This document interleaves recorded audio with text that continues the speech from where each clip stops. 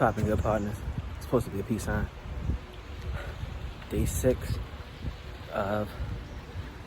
Day 7, recording my first 30 days in entrepreneurship. Feeling pretty good. Sunday morning, out here taking a stroll on the trail with the weighted vest on. I was actually jogging, but took a break with the vest. You know what I'm saying? Add a little more intensity to the run. Plus, I wanted to stop and talk. You know, I like to talk and walk. It's like a walking meditation at the vibe, you know. So, day 7, we heading into week 2 of full-time entrepreneurship. For last week was pretty cool. I felt good. I felt light. I felt like I took the vest off. I felt like I could maneuver, move around, make all the plays I needed to make. You know, handle the things I needed to handle without any stress or extra added pressure or time, deadlines, and mandates because of my full-time job. So now we're here, and it's all about being able to strategize and then execute and then improve on everything that I got on my plate. Heading into this week, it's pretty awkward. Right now, I'm kind of having I'm trying to think of how I want to manage this week. So here's the deal. I'll show you some real insider entrepreneurship shit. All right, so boom. This week, the cafe is open, but the students will be taking finals and moving off campus. So our traffic is going to be really, really light for this week. Now, this has happened 2 times before, and at this point, I'm trying to figure out how often we need to be open, what our operation hours going to be, basically, and if it's worth even open. So I ran the numbers, averaged out around what we make during finals week, and you know, it's decent if it's a one-man crew working. It's okay, but I don't really have time to be working every day, right? So if I leave one person working and pay them, it's cool, but it's still just not a lot of traffic, right? So I know I don't need to be there. It's not really worth my time being there, right? The business would be profitable if I worked it and let give the staff off this week, as well as the next 2 weeks, because that's when the cafe is actually going to be closed. The gym is going to be closed for commencement and all that jazz. So it's a tough spot as an entrepreneur because you got to close the business. It's no cash flow. That's the downside of being attached to the institution you got to open and operate during that time. But my business and brand is still moving and booming because we can still do juicing, right? But right now the main lifeline is cafe sales. So what I'm trying to think is, do I want to open?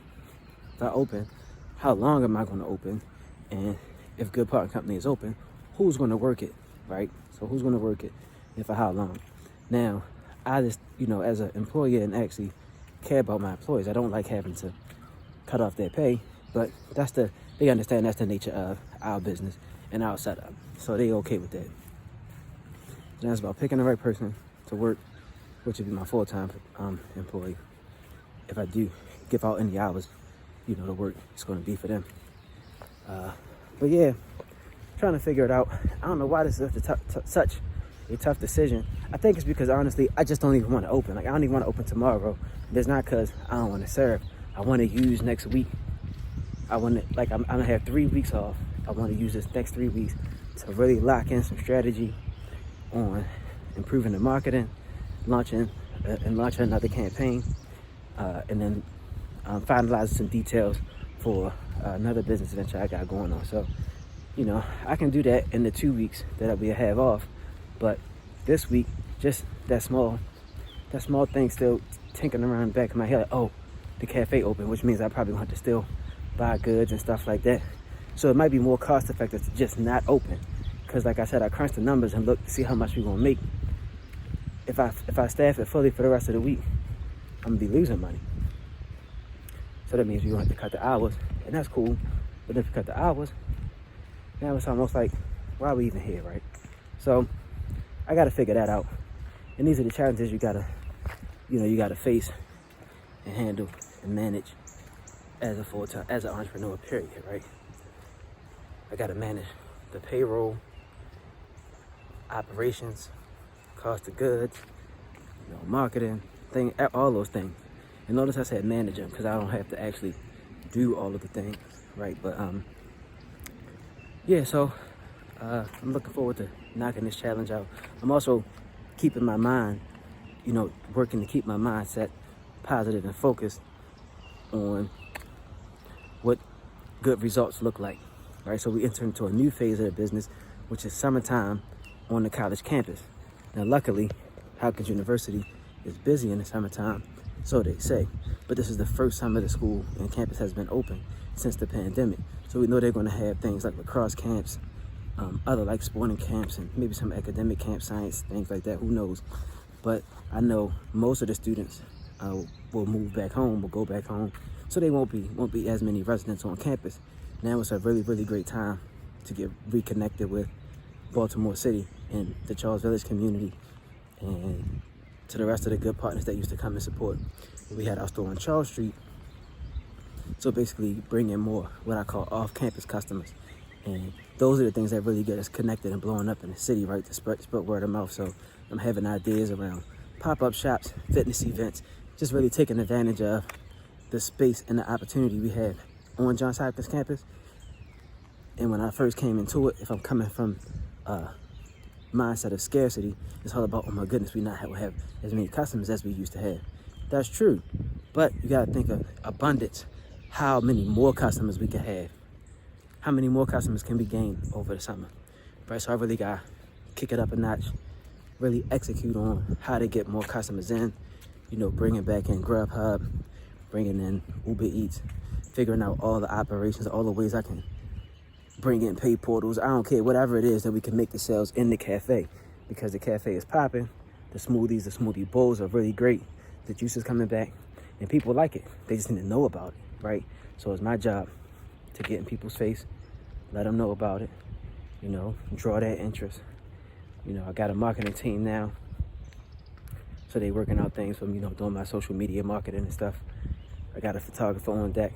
She's helping me put together, content and all that good stuff. So I'm looking forward to getting to it, using all of the tools and resources I have available, and really try to drive up sales for the summertime, because it's the actual season for smoothies and juice and stuff like that. So, that works in my favor. And if I pull this off properly, I can bulletproof my business, because in the fall, during the school year, which is fall, winter, and then early spring, we'll have consistent flow of customers during those times from the campus. And then summertime, late spring, summer, with enough business, enough customers coming through, the whole year is solidified with really consistent cash flow, even as a business that's operating on the school year calendar. So it's an interesting place to be, but it's doable, because I'm not the first juice bar on a college campus, or the first food vendor to work with a college. You know what I'm saying? I know it's been done, so I might need to do some research on other businesses that have been in this space, and maybe reach out and ask for some tips. You know what I'm saying? Because that's the kind of person I am. I'm gonna go ask questions, and offer to help if I can. But I'm gonna go study those before me, those better than me, those in positions that I would like to be in. So yeah, day 7, I'm out taking a walk, taking care of myself. A little self-care. Got exercise. I'm still trying to transform my body, build some muscle, still trying to gain some muscle. I did some training a couple times this week. I ain't get to train every day like I wanted to, but I'm gonna get to it. I'm just working on it, tweaking my routine. That's all it is. But it's early on a Sunday, around 8 o'clock.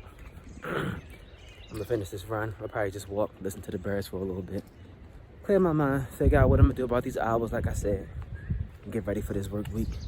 I'm gonna see y'all on day 8 tomorrow. I holla.